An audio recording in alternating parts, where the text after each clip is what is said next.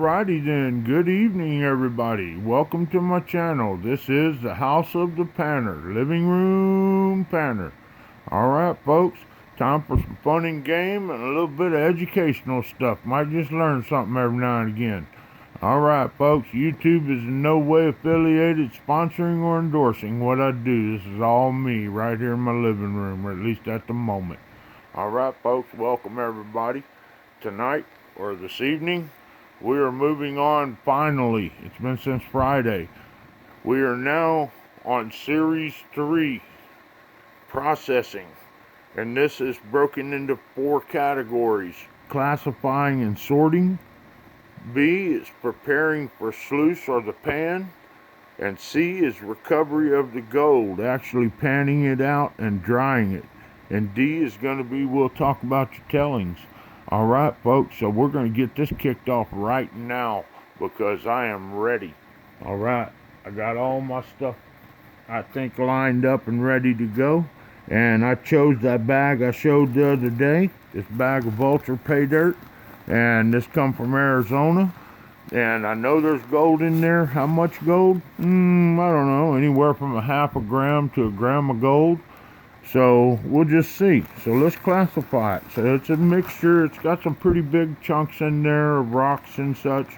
So I got my my one 14-inch pan, no lip on the bottom here, the one I like, and I've got my 1/4-inch mesh. And I'm going to go through the bulk of this right now and get it down to below 1/4 inch. So here we go, folks. Y'all stay tuned. We're fixing to have some fun. This is really classifying to me is a lot of fun. And I got a bucket full of bigger rocks that I don't want to throw away because I'm not sure if there's gemstones or what they are, if there may be gold in some of it. So I've always kept everything, you know. I figure, shoot, I'm paying for it, might as well keep it, you know, it's mine. Alright, well here we go. So we'll give her a little shake. It's real easy to go through this 1/4 inch. There's generally not a whole lot that doesn't go through. And again, there it is. We kind of pop out those rocks that are kind of wedged in there. And I got a bucket over here that's got some in it. Let me get that rascal out of there. He ain't supposed to be in there.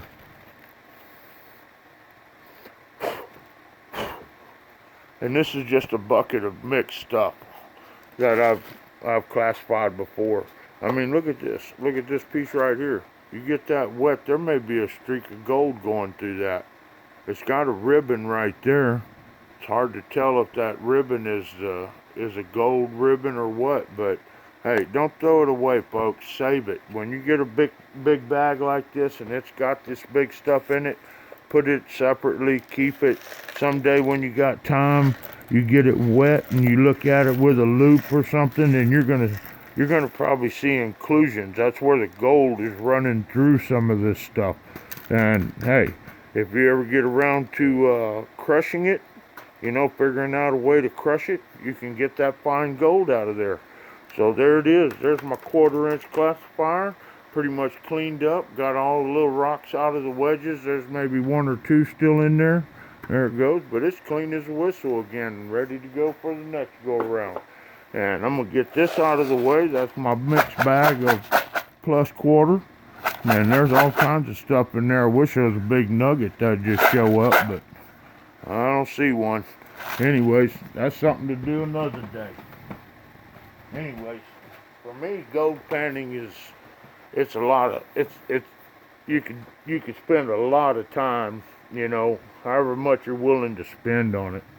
So the next thing I do is, I'm just curious how much black sand's in there. So I got my little magnet, and I want to just run it around in there and see what comes up. Wow, not much at all on there.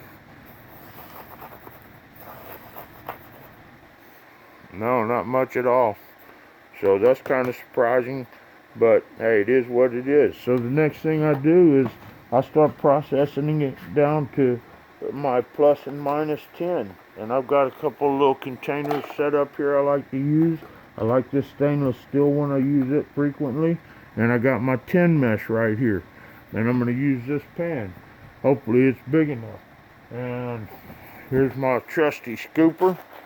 And we're just going to put a few scoops in this thing and start working it down.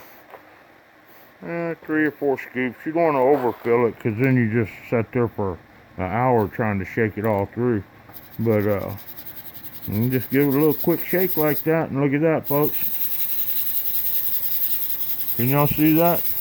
It's all gone. It's just a plus 10 left in there. Right there. Just a little bit. So that goes into the stainless bowl. That's my plus 10. I'm going to add some more to it. Just keep going like this. Keep classifying it. Work it down. And there's other ways. I honestly can tell y'all I have never processed wet. And that's because 95% of the stuff you buy online is dry.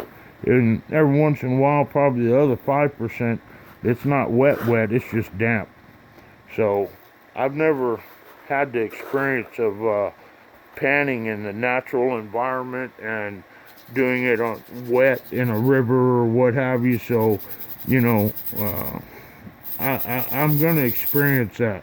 I have a dear friend in Colorado that, and I know you know who I'm talking about, but someday I'm gonna make that journey up to Colorado. I did in the late '80s. I actually hiked the bar trail up Pikes Peak and became I lost my cherry to the 1,400-foot club. That's there's a club over there that they go around and try and hike all the 14,000-foot mountains and that are 14,000 feet plus in elevation. Well, that was the first and only one I ever did, and man, it damn near killed me, but I made it all the way up. But it was a memorable experience, very memorable. I'd love to go back. I'd love to take my kids and maybe drive up Pikes Peak.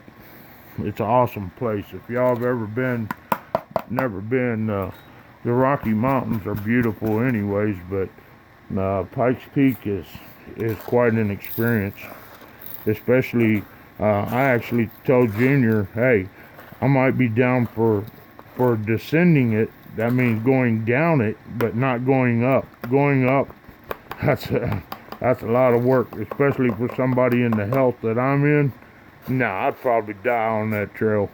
It's 13 miles, man. It took me 10 hours to get 9 miles up to the A-frame camp house that I stayed the night in.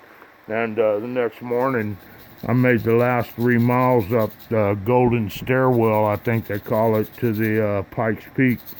Little restaurant up there, had my flat donuts and coffee, and going down, I think I made it down in about 4 or 5 hours. You get down quick. You're trucking, man. It's all downhill. 13 miles pretty much downhill the whole way. Anyways, enough jabbering. Here we are. We're down to the last of it. That's all my plus 10 right there, folks. Get it all cleaned out. And that's as far as I'm going to go. But I can tell y'all right now, there ain't no way in heck I'm going to do all this panning tonight. That's way too much. Maybe I'll do this plus 10 tonight. What do y'all think? And break this up and do this in the next couple of nights. That's a great idea. Let's do that. Y'all are so smart. Okay, folks, here we go. Let's move on. Let's get this stuff cleaned up, and we need to get the pan going. We're at 9 minutes. We're doing good on time. Okay, we're going to save this and do this later.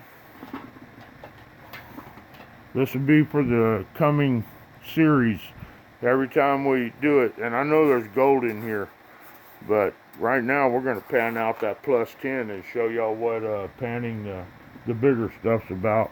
It's so easy. Alright, folks, let me get situated. I got my table ready over here and get my camera all set up. No glare and what have you. That goes back here. This goes back here. Something like that.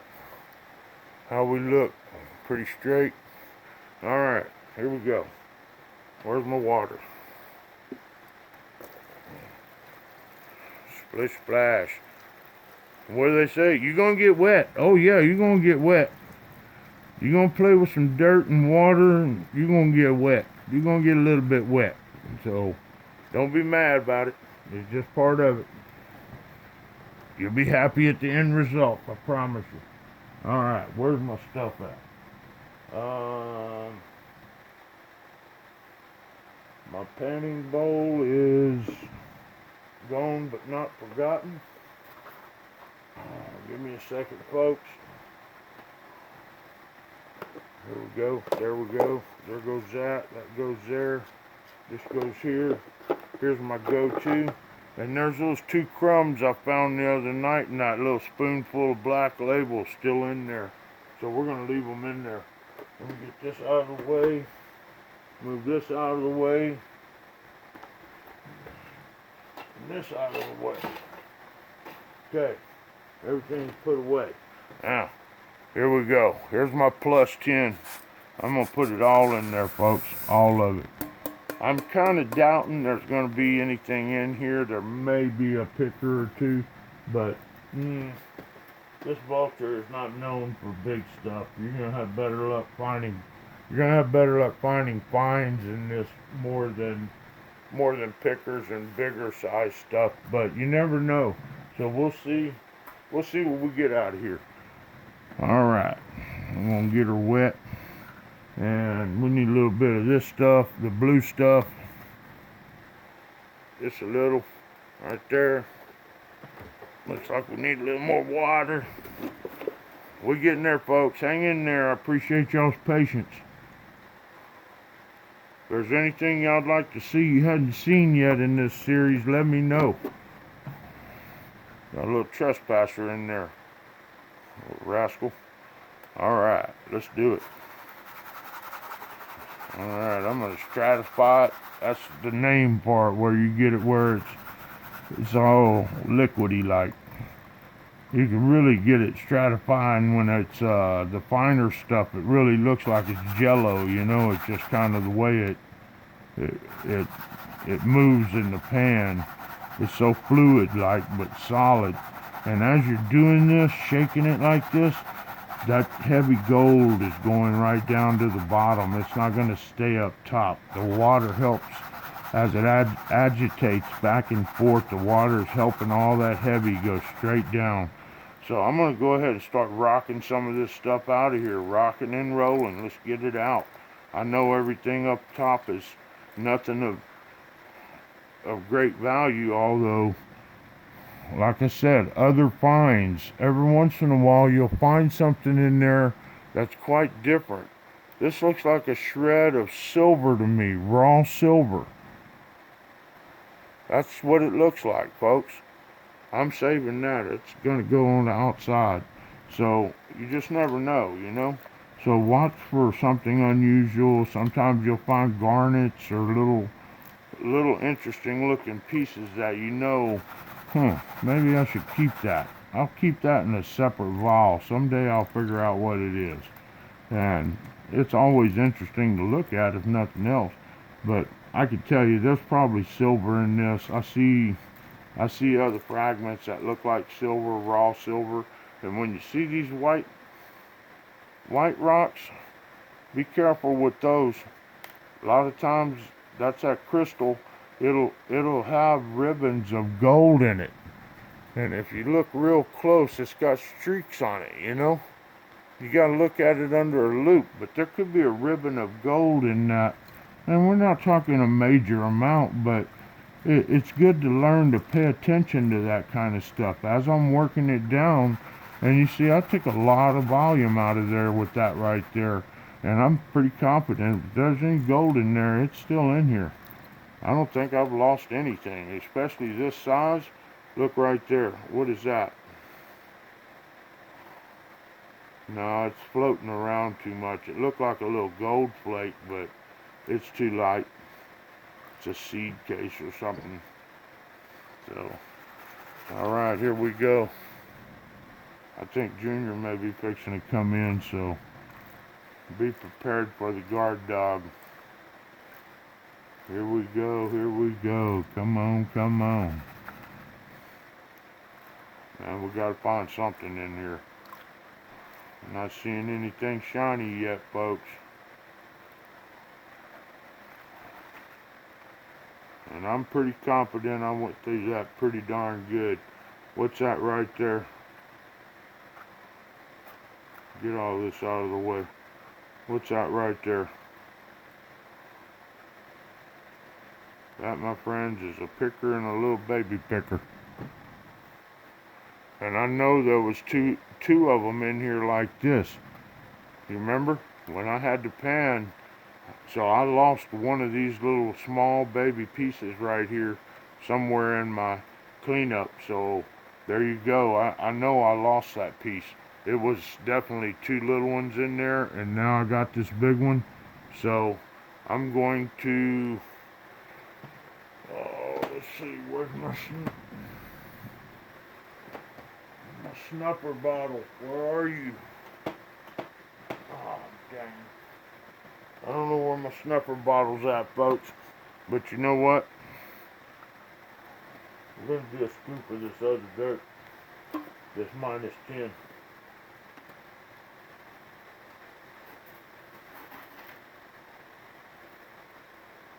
I just reached back there and grabbed another scoop, and this is the -10 out of that other pan. And let's see what we find in this one real quick. How much time we got? We're at 16 minutes. Okay, I can do this in a minute, 2 minutes. One little scoop. Let's see what we got in here, folks. We need to see some more colors.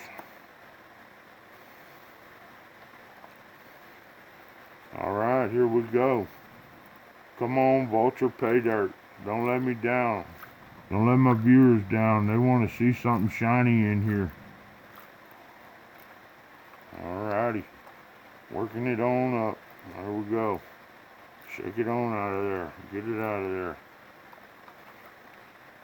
Like I said before, folks, don't stress over it. Don't worry yourself over this. Keep a steady hand and a little bit of patience, and just know, hey, if I do lose something, I can go through it again. It's fun going through it. You always go through your cons 2 or 3 times or more, you know.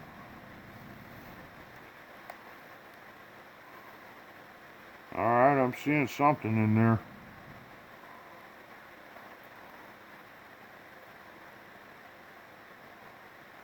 Okay, I lost that big one, but it may not have been one. I thought I saw it in the beginning. So there it is, folks. 2 little specks. One of them I know was already in there, and the other one's a new one right there. So there's one more of these specks in there somewhere. Anyways, that's it, folks. There's the little bit of how-to on processing and panning and finding gold in your living room. So I hope y'all enjoyed that. Please hit the thumbs up. Leave a comment, suggestion. If you have a question or anything, let me know. Alright, folks, I got 3 spots left on my big time giveaway and plenty card spots. So y'all look me up. Later, taters.